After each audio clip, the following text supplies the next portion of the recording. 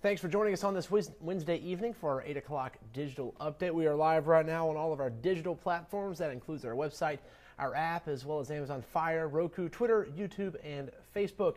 If you're watching on Facebook, feel free to ask any questions there if they're about the stories we're covering or if about something you've seen on WTOC, and we'll answer those at the end of this digital newscast. If you read the caption before clicking on the video, you saw that Vice President Mike Pence will be in Savannah tomorrow.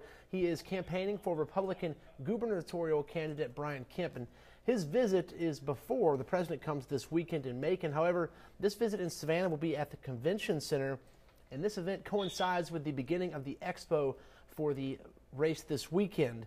The Rock and Roll Race Expo starts at 3 o'clock. The vice president is scheduled to start that rally at 5 o'clock. The expo will stay open during that rally. Now, one thing to know, though, the convention center will totally close down for a security sweep before the vice president gets there.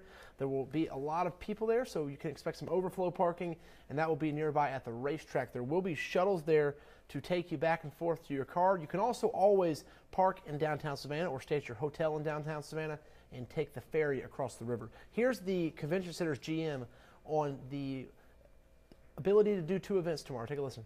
We've been working very closely with both event organizers and public safety on the traffic and parking and security plans, and we feel like we're all ready for it and ready for great events.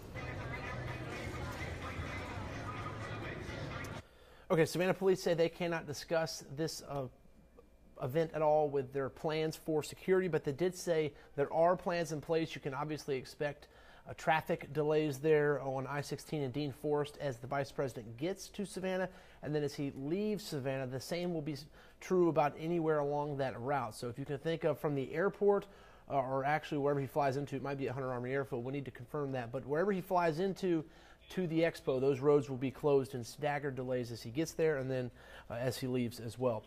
Now to an update to a story we're following down closer to the Jacksonville area in Charlton County, right there on the Georgia-Florida state line, a little bit east of Camden County. Investigators there say they are now investigating a double homicide-suicide. This happened yesterday, and we told you about this in our 8 o'clock update last night. We had some helicopter video from the scene. Tonight, investigators have identified those victims. They are 15-year-old Logan Butts and 64-year-old Jan Kirkland. 39-year-old Kimberly Butts is the third person who died, and now investigators say it appears she shot the other two and then killed herself. Once again, they say the 39-year-old Kimberly Butts shot 15-year-old Logan Butts and 64-year-old Jan Kirkland and then turned the gun on herself and killed herself. They are going to do autopsies here at the GBI Crime Lab in Savannah, and this happened on the Marys River Bluff Road area there in St. George. The GBI is continuing to investigate, and we will follow this story for you. Now back to the low country, a little bit farther up 95 to a story in Beaufort County involving a double shooting as well. Last night, all we knew was that two men were taken to the hospital. Tonight, we now know one of those victims has died. The other was flown to another hospital in the South Carolina area. The investigation is very active tonight. The victim who died has been identified as 20-year-old Nishim Murray, and this shooting happened on Humans Drive on Ladies Island, actually near Beaufort High School, and the athletic fields over there. Crystal Howard has her update tonight.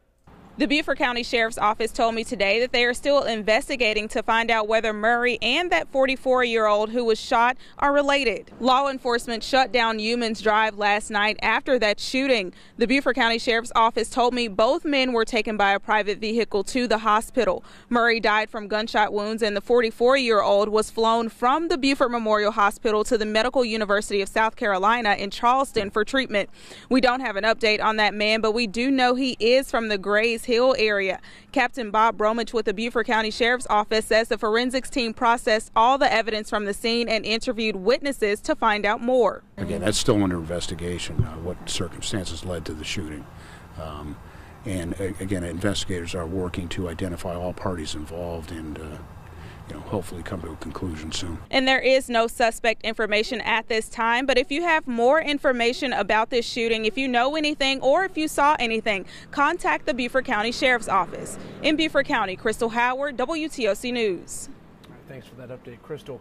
I would be remiss to say, if I didn't say Happy Halloween. I'm sorry I didn't say that off the top because I know this is a big holiday for a lot of people. I say that loosely, but a lot of people look forward to this day, and the same is true for kids in the hospital. And here's a great opportunity for them in Savannah. This was a Halloween story involving some reverse trick-or-treating at the Dwayne and Cynthia Willett Children's Hospital at Memorial Health.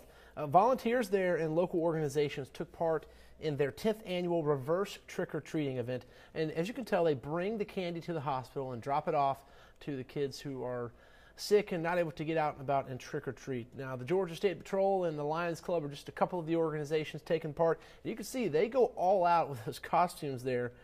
No child was left without candy. Take a listen. The part about Halloween is that's truly a kid's holiday, right? So missing Halloween can really cause them to kind of be upset. So how do we bring that to them? So some of it is we get them in a costume, we might take a picture of them, and you see that on their door, and then that's how we're delivering treats. So no kid will be left out today, whether or not they can get out into the hallway or not. They will still get treats and be a part of our day. There were about 50 kids there that took part in this reverse trick-or-treating event. Going through some of these questions, Shannon says, finally some news to smile at. I agree, that was a good one to end with there. Josh, this is live. The portion that Crystal did was not live. I don't want you to think she's out there in the daylight in Beaufort County, but this newscast is live, so hope we didn't confuse you there. Thanks for watching, as always, though. Most people then weighing in on that rally tomorrow at the Convention Center. So thanks for watching. As always, tonight at 11 we'll have more on that planned rally, as well as what you can expect with traffic delays and the expo delays and other things.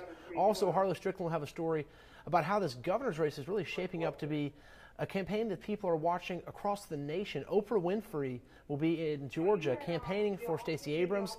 Also, former President Barack Obama will be in Atlanta campaigning for Abrams.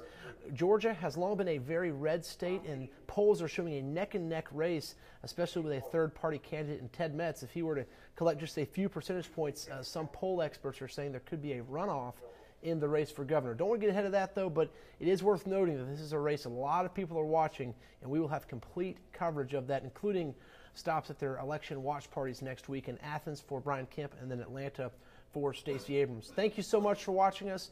We are back tonight with a weather update at 9 o'clock, a news update at 10, and then I'll see you tonight on the news at 11.